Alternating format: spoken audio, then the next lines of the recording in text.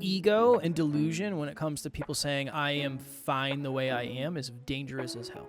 You can be great the way you are, and you can move closer to whatever is next. If you are complete and you are fully evolved and you have no more work to do, you're not going to set goals and you're not going to have any necessity to do anything different. To me, it's a doable, achievable thing. I'm not going to do it tomorrow. And Kev shared this with me. He said, Alan, when you say you're going to do things in the future, when you talk about things you're gonna do, it comes off as arrogant. When you talk about things you've already done, it's not coming off as arrogant. And I was like, are you serious? Next Level Nation, welcome back to another episode of Next Level University, where we help you level up your life, your love, your health, and your wealth. Today, for episode number 1939, why so many people never face their deepest fears. I was talking to someone today, and they said, what do you think it's important that people know as we sign off here from today's interview? Always a tough question. Yeah, I love that one. It's a great question. It's a good one. And I said, honestly, I would say the last thing in the world I want anybody who is consuming this content to believe is that I have it all figured out and that everything I've ever dealt with getting to here is now a check mark in a box of things that I don't deal with anymore. I said, I think I've just learned to make better friends with imposter syndrome and fear of not enoughness and all that. I still deal with it. It's just way less than it's ever been. And to today's episode, the only reason I ever made any progress in that is because my goals forced me to. I didn't wake up one day and decide I wanted to do most of the things I'm doing. The goals were a requirement, or the goals made these things a requirement. There was one time, though, when you've heard my story maybe before. I was in my mid-20s. I seemed very successful. I was very miserable. My partner left me. And after I came down from the dip of just feeling like shit about myself for however many weeks, one day I said, I'm going to go to the mall and I'm just going to go talk to people. Anybody. I think I was thinking women at the time because I wanted to get my confidence up. But I'm just going to have conversations with people. And the reason I did that is because I was sick of being afraid. That's a goal. My goal was I want to be less of a coward. I'm sick of feeling like, I don't want to say such a victim. I'm sick of feeling like such a victim to my own fears. Like I feel like I can't do any of the things I want to do. And I'm so sick of living as a passenger in my own life. That was a goal. And then I went and did it.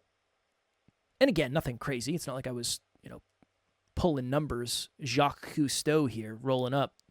Jacques Cousteau was I think he was a famous diver. So I'm not sure why I used his name. I can't vouch for the man. But it expanded what I thought I was capable of. And then I could set a different goal, and I could set a different goal. So the reason we were talking about this today is because I think so many of the deep, deep, deep fears we have are social and familial, potentially. And familial. I'll say it again for those in the back. Yeah. And why are you going to work through those if you don't have a bigger reason than I'd like my family life to be a little bit better? It's like, well, that's a goal, but it's probably not going to make you face the deepest, deepest, deepest fears and have the hardest conversations. So that's kind of where I was thinking for today's episode. So let me unpack this for a sec, step by step. Step by step. Imagine there's a person, we'll call him Kevin. Hypothetically, of course. Who doesn't have a lot of self-belief. Hypothetically, of course. Also hypothetically. Okay. Allegedly. So this young adult doesn't have a lot of self-belief. His name's Kevin. How old was he? How old is he? It's probably around, I don't know, 25? No. 25. No. We'll call him 19 years old. 19 years old, and his name's Kevin, and he doesn't have a lot of self-belief. So Kevin, without a lot of self-belief, isn't really going to set a large goal because he doesn't have a lot of self-belief. Why would you set a large goal without belief? You kind of wouldn't. You wouldn't do it.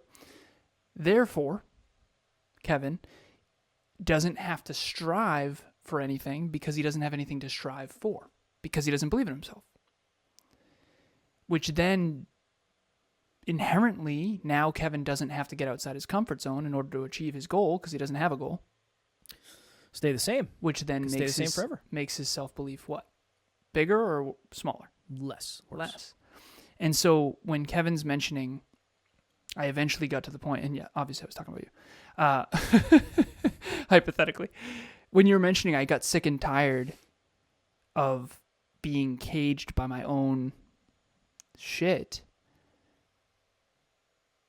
basically you got to the, we always used to say this way back in the hyperconscious days, we said you'll never get to hell yes until you get all the way to hell no. We actually used to say F yes and F no. But we're making this show semi-child friendly. Alan dropped maybe 5 F-bombs last episode. The last episode, was it 5? It was, you piled some together. I was like, wow, he's really going off tonight. Friday night, he's really gotten into it. Fired up. Sometimes you got to. Well, you had a chocolate whiskey candy. First of all, yeah. Why are you throwing me under the bus? I'm kidding. For context, really quick, my mother-in-law got me these chocolate whiskeys for Christmas, and I took them out. They were in here. I actually put them away because I was like, what if the cats got into them and get hammered? Yeah. And I think they'd also die because it's chocolate, but I was thinking more of the alcohol, unfortunately. And I had one today, and I was like, woo, that burns going down. Oh, there's real alcohol in this. Oh, shit. Good to know. Then we jumped on the podcast. And here we are. Jumped on the podcast. So Alan's throwing me under the bus. So young Kev doesn't have self-belief, therefore he doesn't set a goal. Therefore, he doesn't have to face these challenges and grow. Therefore, he doesn't build more self-belief. Therefore, he doesn't set a goal. It's a stuck. You're just stuck. And your belief gets less and less and less, not more and more and more. And so when you got sick and tired of feeling like a victim, you mentioned, or sick and tired of feeling scared, you eventually were like, you know what? I'm going to set a fucking goal. And I'm going to go talk to people. I got this. I'm going to go to the mall and I'm going to go talk to people. I don't know where you found the time to do this. I'm kidding. Oh, I had nothing but time at the time. Nothing but time at the time. Baby, I had nothing but time, Alan. Here's the cool thing. You went and did that. And you built a little bit of self-confidence through that process. And then you went to the mall and all this different stuff. And you talked to people. Awesome. You faced your fear of rejection. You faced your fear of whatever. Here you are now, the chief sales officer of a multi-six-figure business. How wild is that? Now, there's quite a few years in between that I failed to mention. A lot has happened. Yeah, there's probably 1,000 rejections in between that you had to deal with, if not more. But it is pretty cool to realize that you can go from so low to where you are afraid to talk to people at a mall to now you just got off with one of the Olympians or the wrestler who was in the Olympics or whatever. I don't know. The point is, try to explain stuff. Yeah, it's tough for me. But that is really cool because it is. What was that, 7-8 years ago? And now you're literally the chief sales officer and you do sales all the time. And now we have almost 100 clients that are, it's just wild. It's wild what's possible long term. Short term, yes, none of that really probably clicked. But well, it's all based on, there's a lot of bumper sticker sayings out there that are really good on bumper stickers. And one of them I think is don't set the goal in order to get the goal, set the goal in order, hold on, let me do it. I got it. You don't set the goal. The whiskey chocolate's hitting him right now. You set the goal to become the type of person capable of accomplishing the goal. Something like that. Mm-hmm. It's not about accomplishing the goal. It's about who you become in the process. There's many. I think when I heard that, I was like, that's dumb as shit. You did. I used to say this. Yeah, it's dumb as shit. There's a Jim Rohn quote I used to say to Kev, and I want you to tell me what you used to think and now what you think now. I used to say, you don't set the goal to get the goal. Once you get the goal, you can give the money away. You set the goal for the person it will make of you to achieve it. I always was like, dude, you're dumb as shit, man. That's what I thought a lot. Can you go deeper? No, that was it. At the time, it was just like, that's dumb. Oh, okay, cool. On to the next thing, donuts. At the time, I didn't understand that goals changed you as a person. Remember, I was always the person who said, it must be nice, it must be nice, it must be nice. That person's different than I am. I'm not the type of person that could ever accomplish that. It was always that, not, well, if I set a goal that forces me to become more than I am, then my life will look completely different. I never understood that. I never, ever, ever, ever, that never clicked for me. Because I borrowed your belief for a long time. I don't think I had enough belief to imagine myself there. Do you think that awareness comes before belief? Because if you had the awareness of how to do it, you'd have the belief. Maybe awareness comes before belief. That's kind of a breakthrough. Because why did I believe? Yeah, it's like maybe I had more awareness on how to... Kevin and I were driving down the Pacific Coast Highway to an interview once. We got tacos out of a truck. It's great. It was tacos great. Out of a truck. It was great. And we were preparing for Real the quick. interview in the car. I was like, Alan, you know what would be super cool, man? Tonight, dude, we should go to a nice restaurant and celebrate. He's like, Kev, that's the dumbest shit I've ever heard in my entire life. That is not exactly what I said. Is that what I said? I didn't even mean that. Pretty close, probably. I don't know if I said it like that. If I did, I was saying it playfully. I know. Well, yeah. You weren't negative or toxic, but I was like, yeah, no, I'm just joke. Totally kidding. I don't even food. I don't even like food. Don't even worry about it. All right, yeah, let's eat at this sketchy taco shop on the side of the road here. So sounds great. There's a movie that came out in 2009. As if no one... Iron Man. The movie Iron Man came out in 2009. Never heard of it. What's it about? Any noteworthy character? It's Are there any noteworthy any actors in it I might have heard of? Yeah, probably. So in that film, his house on the side of the cliffs, and anyone who's seen it, it's awesome. And the Iron Man house was always a dream. Now, it's not going to be that exact house, but it could be a home on the ocean at some point in my life. That was a dream, okay? And I do eventually want a boat, and I would like it's going to be a sailboat now, but it's also going to have some sort of motor. I'm also hoping it's electric, honestly, because I think that'll be tackled within the next decade for sure. But anyways, self-driving, that'd be even cooler. But anyways, neither here nor there. Self-driving boat? Sure. What do you? Sure. Why don't you just stay home then? You know what I mean? You're just gonna get on the boat and let the thing drive you, or just stay home. Man. No, I want the scenery. Son, internet so too. Offended. Internet. Of course. I mean, that's Starlink on a boat. I'm telling you, you get we internet have anywhere Wi-Fi on the planet. boats. So. I know. I'm just saying, how cool is that? I'll be able to work. work. They've had that. We'll be able to work from the boat. That'd be cool. You have a blast. I'm gonna. All right. So, anyways, rather than crapping on my dreams, Kevin and I are driving down the Pacific Coast Highway, and there's the Iron Man house off the cliffs of the Pacific Coast Highway. And I say, dude, that's the one. And I was obviously, when I used to say things like that, I now realize how that comes off. I didn't back then. I just thought, like, I'm going to do that. Awesome. So now I realize what that does. My brain calculated everything that I'm going to have to do in order to achieve that. And this is before I knew that my brain was calculating everything. Emilia told me this recently. She said, you don't have to put numbers in everything externally. Like, no one knows what you're talking about half the time. So I'm trying my best to, but that's my modality of thinking, is numbers. Yep. So I need to know how old you were. I need to know, like, even when I tell my story, okay, my father passed away when I was 2 years old. He was 28. My mom was 31. It was 1991. My sister was 6.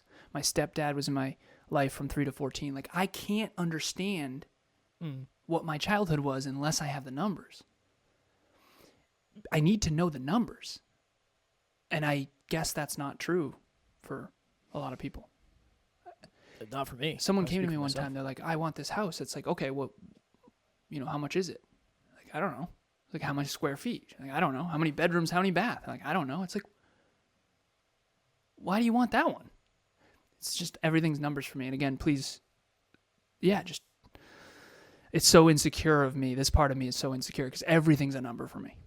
But anyways, so the Iron Man house, I said that to Kev, and at the time, and I'll bring this around to goals and facing our fears and insecurities and all that stuff.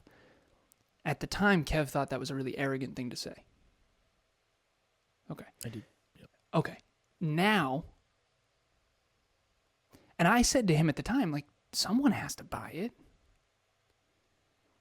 To me, it's a doable, achievable thing. I'm not going to do it tomorrow. And Kev shared this with me. He said, Alan, when you say you're going to do things in the future, when you talk about things you're gonna do, it comes off as arrogant. When you talk about things you've already done, it's not coming off as arrogant. And I was like, are you serious? It depends. Not as arrogant, but it still can. Depends on The energy. audience. Depends on a lot. Yeah. So can you, I'm going to give the, obviously, floor to you here. What did you think back then? What do you think now? And what was I missing and what were you missing? The thing I said was, I know somebody's going to buy the house, but 99.9999999% of people don't know anybody that has a house like that. Like there's a very small, so how could I assume it's you? That's all it was. It's like, dude, how the hell can I assume it's you when you say it's going to be you? I've never met anybody like that before. So that's why I went there, I think, first. What didn't we... I think awareness does have to come before belief, because I think belief without awareness is ego. Or delusion. Well, same thing, right? This is one thing that I want to share real quick is I had the awareness of how to do it. I wasn't just saying it. Like, I know how to buy that house. Not right now. I know that now. Yeah, I know. But within 25 years, I can do that. And I know that to be mathematically true. I have a client who could probably buy it tomorrow. You know, it's like, I just couldn't understand why you... I don't get the numbers. Just like I can go to the gym and grab a random weight and lift it X amount of times, and you might say, like, how the hell did you know you could do that? Like, I just know. Yeah. I remember I said that one time when Kevin squats and he stops at the bottom with 3 plates. How'd you know you could get it up? Yeah. So I've never not. I know I can. I've never not. Not one time have I ever gotten stuck. I'm not going to get stuck today. Like, what are the odds? Pretty high. Well, probably. Higher than but some might call that arrogant, so it's interesting. Yeah. Well, I mean, I guess in my mind, and I want to rebuke my statement. Belief without awareness, I think, is either ego, delusion, or naivete. And again, I don't know which one naivete falls under. I'm not saying it's necessarily like, oh yeah, you're a real ass if you think you can do something you don't know how to do. I don't mean it like that. Does it come off as arrogant to say that I know how to buy a home like that? To some people, yeah. Okay. So again, same question. What did you think back then? What do you think now? What was I missing? What were you missing? I was missing time. And the fact that, like, I don't know, what do you, $20 million house? Yeah, probably. Yeah, maybe you don't have to have maybe 20 million tops. It depends. You don't have to have the 20 million in your bank account. It's not like you have to have the 20 million. It's like, I'd like to give you this 20 million for that house. Like, as long as you have enough cash flow, right, coming from a business, potentially, it's doable. So I understand that at a deeper level now. Mm-hmm. Hello, NLU listener. Thank you, as always, for listening to Next Level University. Real quick, I just want to jump in and let you know about the Next Level Dreamliner. This is a journal that I use every single day. Achieve your dreams 90 days at a time. It breaks down your dreams into goals, milestones, and daily habits. We hope you enjoy it. The link will be in the show notes. I assumed that everybody had, like, you hear celebrities that buy like $100 million mansions. It's like, oh, they must have like a $1 billion in the bank. It's like, no, money runs to it. It's kind of a cash flow thing. Mm-hmm. So it's more doable. Just like, here's a really good example. Just like if somebody buys a $50,000 car and their car payment is $700 a month, they don't have to have that $50,000. Yeah, it's the same exact concept. Right? Almost nobody does. Nobody has, I mean, if they had the $50,000, they probably just buy the car and they wouldn't do payments on it, hypothetically depending. But when I leased the BMW, I didn't have the $50,000 to buy it. Yeah, exactly. But I said, like, I can afford this payment. Oh, okay. I can semi-afford this payment. I'll figure it out. Okay, cool. So that's something I didn't understand. Well, the whole banking industry is built on that, Yeah, right? that's an episode. That's for the a different point day. of banks. Yeah. I need to study up before we do an episode like that. We'll be out here talking like a fool. I don't think you understood that when you come out and declare something so big with so much certainty, I think people have to assume it's arrogance. Just because, again, what are the odds it's This you? is landing this time. This is landing. All of this is landing. That was the first time we've had this conversation in the past, not only on the show, but off the show. Because I think it's a good story that helps increase understanding. This is landing different for me. Interesting. I can see now. I can see clearly now that I was arrogant. You know what it is? I think this is what it is. It negates the challenges that most people face. You're literally saying, like, I'm going to do something that a lot of people just struggle with on a day-to-day basis, but I'm going to, like, way do it. There's a lot of people struggling with money. It's like, I'm going to get to the place where I'm not. I mean, I'll be able to buy that house one day. Like that. I think the same thing could be said. I said this in Next Level Nation today. The post was, what's one big goal this year that you'd be really proud if you accomplished, even if it's like either a stretch goal or if it's just kind of like out of left field. And I said to do a fitness photo shoot. So I have a client who wants to achieve a $75 million net worth. Does that come off as arrogant?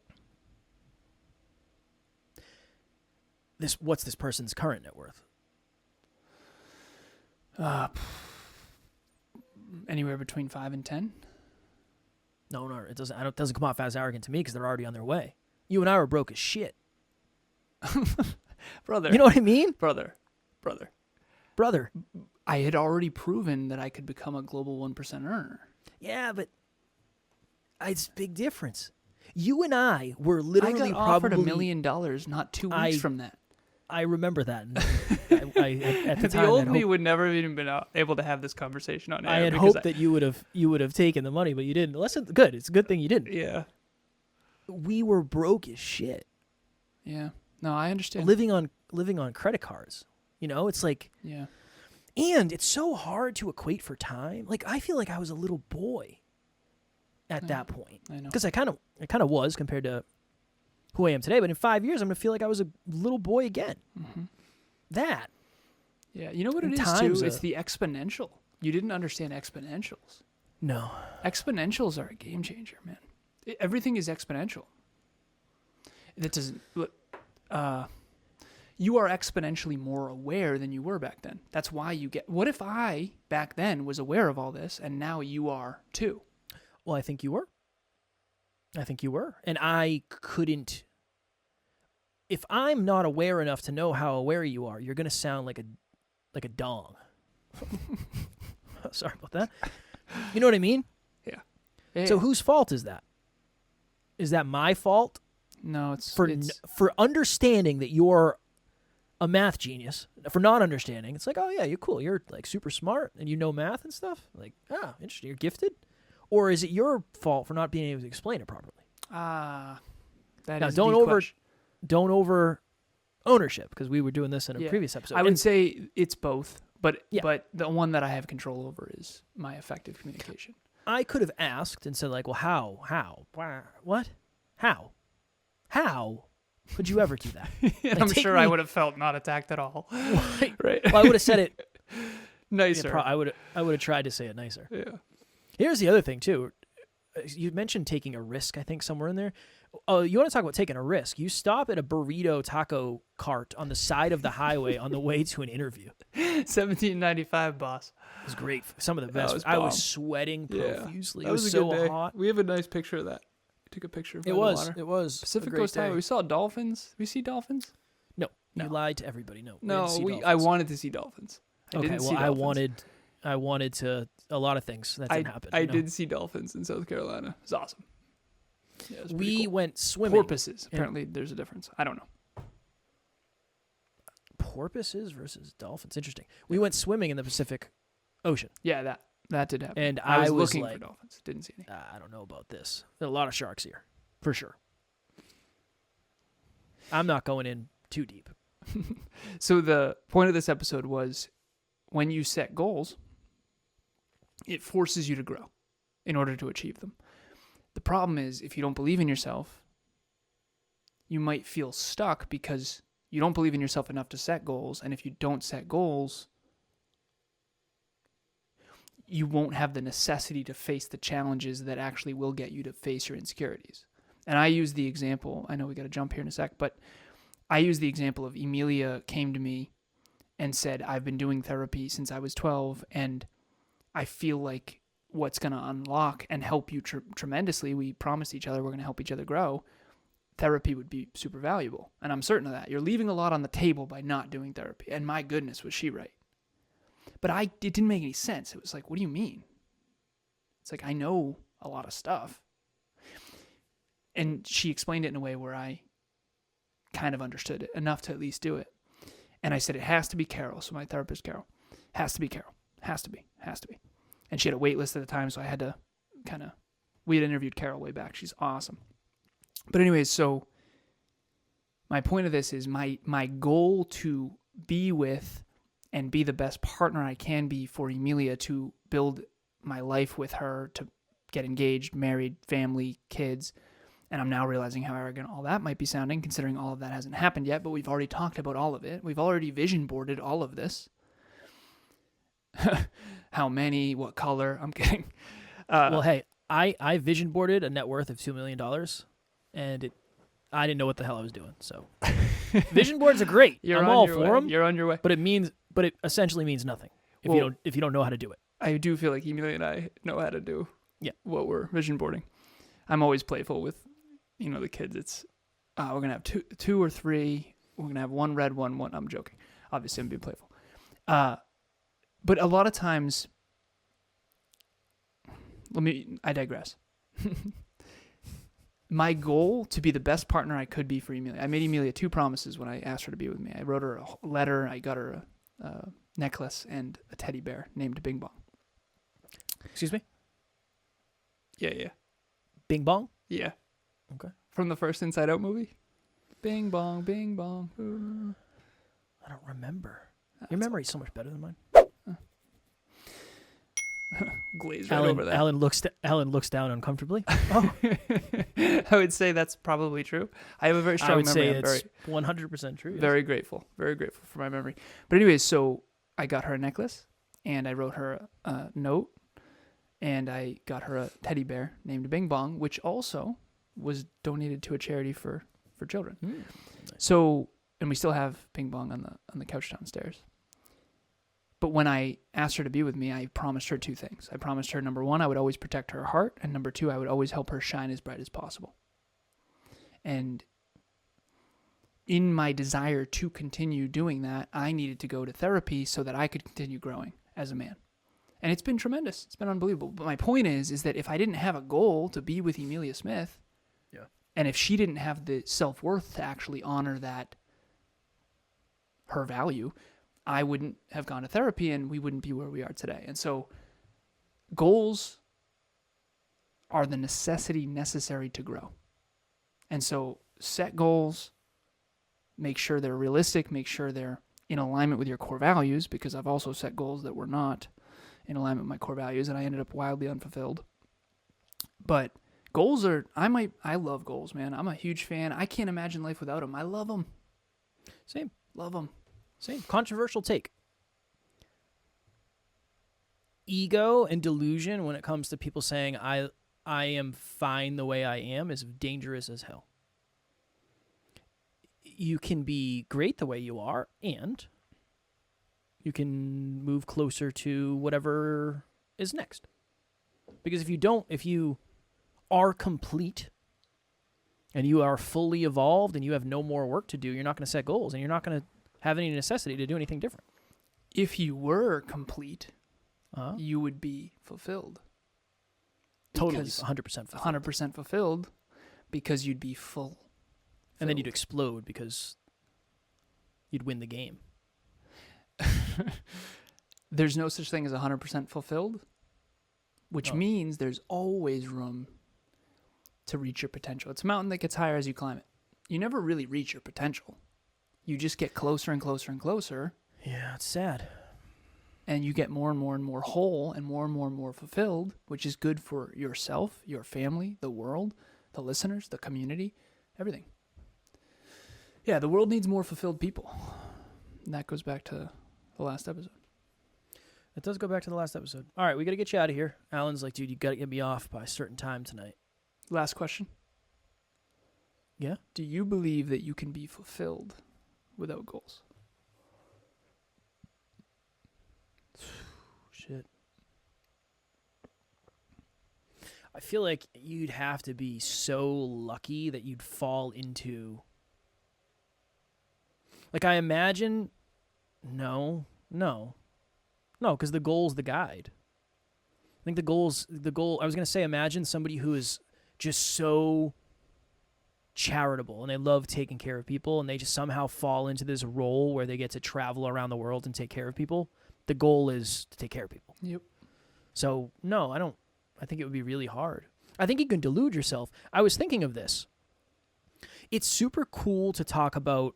It can seem super cool from an ego place to talk about how, yeah, we went to this club and we rented a table and we got bottles and we had bottle service and they were bringing over the giant bottles and they had fireworks coming out of them. It was awesome. Like, that's not fulfilling. But to a certain crowd, if you say that, it's like, yo, that's what I want. So it can seem attractive and sought after, even if it's not. There's some of the dumbest things I ever did probably sound the coolest. Like, how many of my stories where I was a freaking loser are funny? They're funny most of them, because I was a loser. That's why they're funny. But if I said that today, if I was like, yeah, I woke up today and I smoked a little weed, I watched a bunch of porn, and then I played PlayStation for 6 hours. And then I went to the club and bought everyone shots. Yeah, you'd be like, Kev. Like, what? What are you doing tomorrow? It's like, same shit tomorrow. What's tomorrow? We're going to do the Saturday? same shit tomorrow. You would be alarmed for me. Of course. You'd be like, are you okay? Are you okay? Like, do you have anybody in your life that you're spending time with? You're just like spending time with yourself all day. So, I don't know. That got dark there for a minute. My apologies on that, but no, it's true, man. The people that are doing that stuff, they're probably not as fulfilled as they could be. I can't imagine. Yeah. And they're probably not as fulfilled as you think they are. Definitely not. I'm willing to. I would bet on that. Favorite part about coaching so many people, very grateful, is learning so much about the human condition. You just learn these patterns. It doesn't matter what culture, doesn't matter what country, male, female, you name it. Quick question before we get out of here. Why is it called the human condition?